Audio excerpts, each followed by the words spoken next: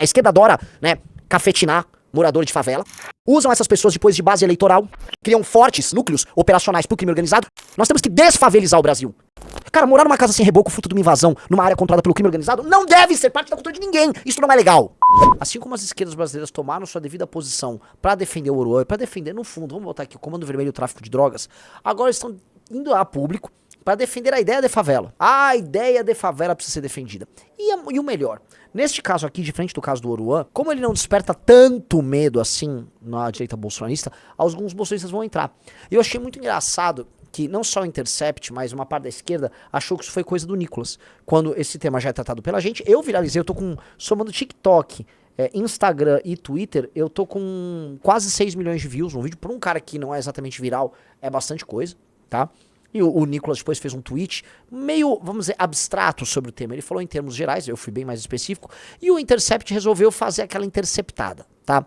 Quero assistir a matéria do Intercept, eu quero trabalhar esse conceito deles, tá? E eu vou falar por que nós venceremos. O Intercept Brasil foi até a rua Novo Habitat, em Diadema, local mencionado nesta semana pelo deputado federal Nicolas Ferreira, que fez duras críticas ao caráter e ao espírito de moradores por mudanças feitas em imóveis entregues pela prefeitura. Esse comentário foi feito por um político que foi o deputado federal mais votado do país. É um deputado federal que teve mais de 1 milhão de votos. Ainda tem gente que vota. Por que ele tá lá? Porque tem gente que vota, mas ele não sabe a nossa realidade. Será que a casa dele tá assim?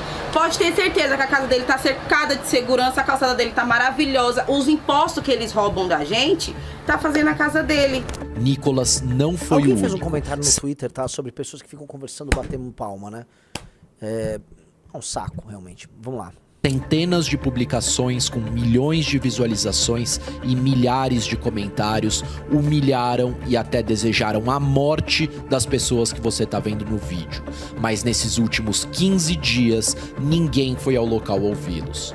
Nós fomos. E alguém veio falar com você? Não. Tá há 2 semanas que tá viralizando Não, ninguém não, vídeo, só comentário. Só comentário, ninguém nunca veio falar nada aqui, é só comentário. Até no meu portão que tava descascado, casa sem rebocar, que não sei o que, comentário que não dá pra entender com os comentários que é isso aí. Ninguém nunca veio aqui pra ver o que é que nós faz, qual é a nossa luta, a nossa batalha. É só comentário, só de rede social, não dá pra entender isso aí. Aí vem outros aí, vão abraçando aqueles comentários e detonando a gente. Na próxima terça-feira, na newsletter Cartas Marcadas, você vai entender as motivações dessas mudanças e conhecer a reação dessas pessoas ao linchamento promovido por Nicolas e por seus apoiadores na internet. Vamos lá, né? O Intercept é no mínimo um site curioso, né? Vocês conhecem o conceito, né, russoniano do bom selvagem, né? Na prática, vamos colocar aqui, vamos transpor o conceito para o que as esquerdas no Brasil fazem.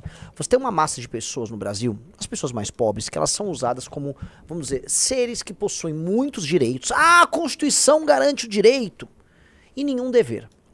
E aí, né, ele não tem nenhum dever porque ele é um bom selvagem, igual uma criança. A criança ela é titular de direitos, né, dos mais diversos, mas ela não tem deveres. E as pessoas mais pobres no Brasil são tratadas como titulares de direitos, mas não de deveres.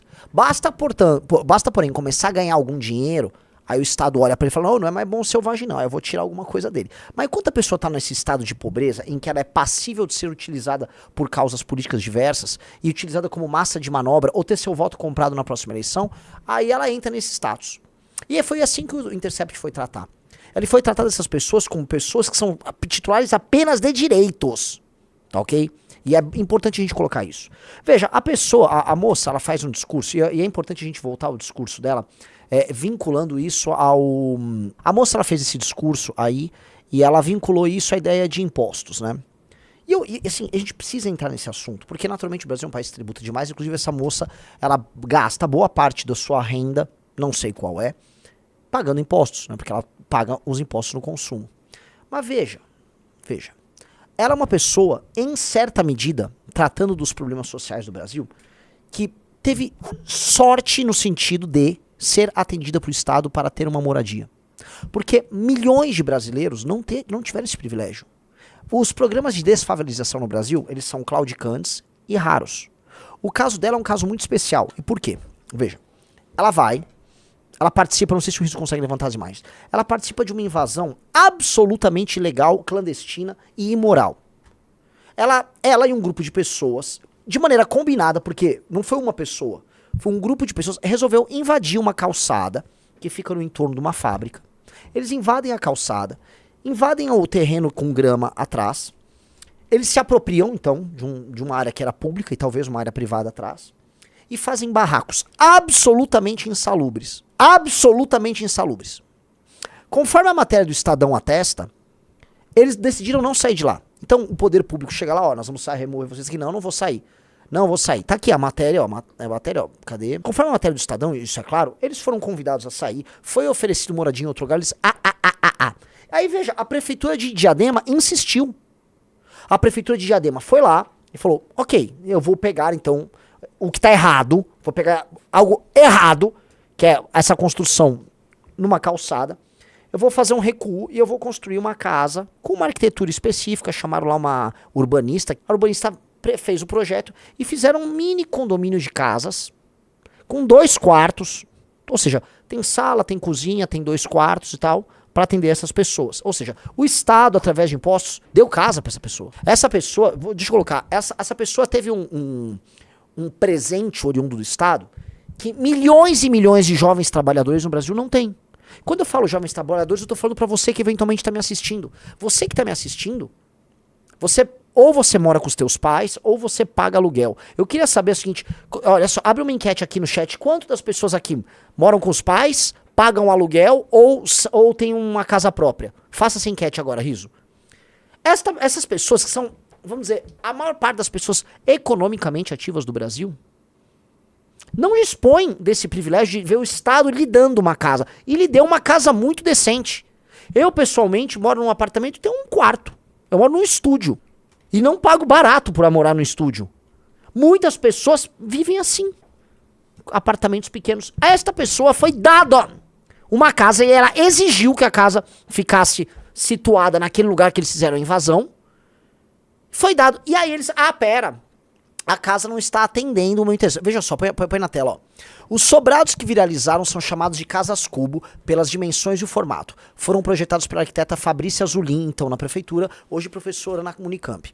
As construções foram a solução encontrada diante da negativa, vou repetir, negativa de 11 famílias de deixarem uma estreita área nas proximidades de uma indústria e uma área verde fechada.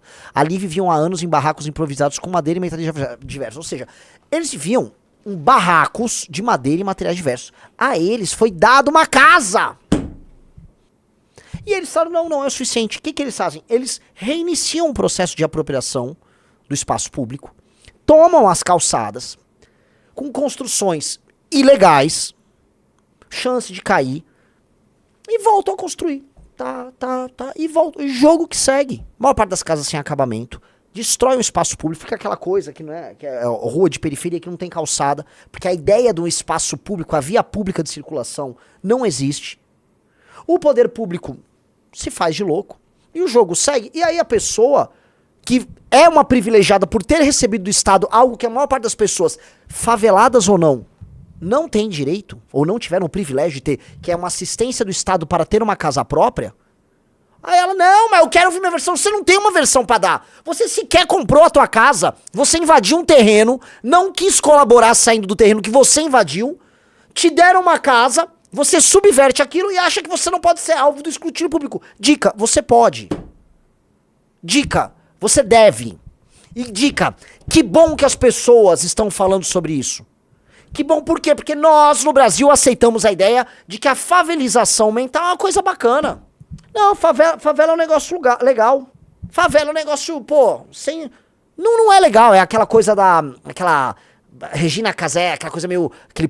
Tem a Esquenta da Regina Casé, aquele programa... Não, olha só, a favela tem um negócio muito brasileiro, a gente é meio louco, a gente improvisa tudo. Não, nós somos um desastre. Nós somos um desastre. E, aliás, desastre é o que acontece com as casas construídas por brasileiros, sem fundação, com material ruim, totalmente no improviso, perto de encosta. Você vai pro litoral de São Paulo, teve, acho que não foi de 23 para 24, um deslizamento no litoral norte de São Paulo, horrendo. Morreram inúmeras pessoas, casas foram destruídas, mas é lógico, as pessoas invadem a área protegida de Mata Atlântica. Isso ninguém fala. A maior parte das favelas, né, a esquerda adora, né, cafetinar morador de favela, adora. A esquerda adora cafetinar pobre. Pega o bom selvagem, né? Ah, não, ele é um bom selvagem. Pega essa pessoa, trata como um animal, cafetina ele, trata como um lixão em que ela... Ó, pra falar dele tem que falar comigo, hein? Me dá um aqui. E não ligam se é área de manancial, como na Zona Sul de São Paulo. Tatolândia é área de manancial. Isso eles não vão falar, né? Toma uma área de... Hoje é o PCC que faz isso. Toma a área de manancial e fica fazendo invasão. Cagam. Montam casas totalmente irregulares. Usam essas pessoas depois de base eleitoral. Fazem com que criam fortes núcleos operacionais pro crime organizado, porque a autoridade do Estado não entra. Sujo, poluído, núcleos de pobreza, de doença, baixa educação, problema social. E aquilo não interfere apenas na vida dessas pessoas que são os invasores. Eles criam um espaço social que gera danos para as outras pessoas que estão pagando impostos normalmente e trabalhando normalmente. E é lógico que existe uma relação simbiótica. A pessoa que mora na favela, em geral, vai trabalhar nos negócios, empresas ou no universo econômico criado pelo mundo formal. É um problema complexo pra caramba, que tem que ser endereçado. Agora, ele não pode ser glamourizado e ele não pode ser tratado como se fosse assim, como um evento inevitável, que nós temos apenas que lidar e talvez aplaudir. Não, é um erro. É um erro e o Brasil está muito favelizado. As capitais brasileiras estão muito precárias. Esses arranjos sociais, isso já está provado, são base para a atuação do crime organizado. E sim, a sociedade civil tem que ter uma opinião sobre isso e não tem que ter medo de opinar. Porque o que esses caras, esses pervertidos do Intercept, que são pervertidos morais, sempre pervertidos, o que eles querem é que você cale a boca. E vão querer... Ô, cala a boca aí, você é preconceituoso. Não, você não vai calar a boca de nada. Você vai ter sua opinião e você vai votar contra esses caras. Tá? E mais do que isso, você tem que propor uma solução, que é o que nós estamos trabalhando. Nós temos que desfavelizar o Brasil, que é um longo processo. Mas nós temos que desfavelizar o nosso país. Porque a favela é um problema de infraestrutura, claro. É um problema social, claro. Mas ela nasce de um problema de infraestrutura, um problema social, também nasce de um problema cultural, e aí ela vai tendo seus próprios desdobramentos. Porque a favela coloniza a mente das classes médias. A favela produz os seus subprodutos, como o crime organizado, que utilizam aquilo lá como base para atuação.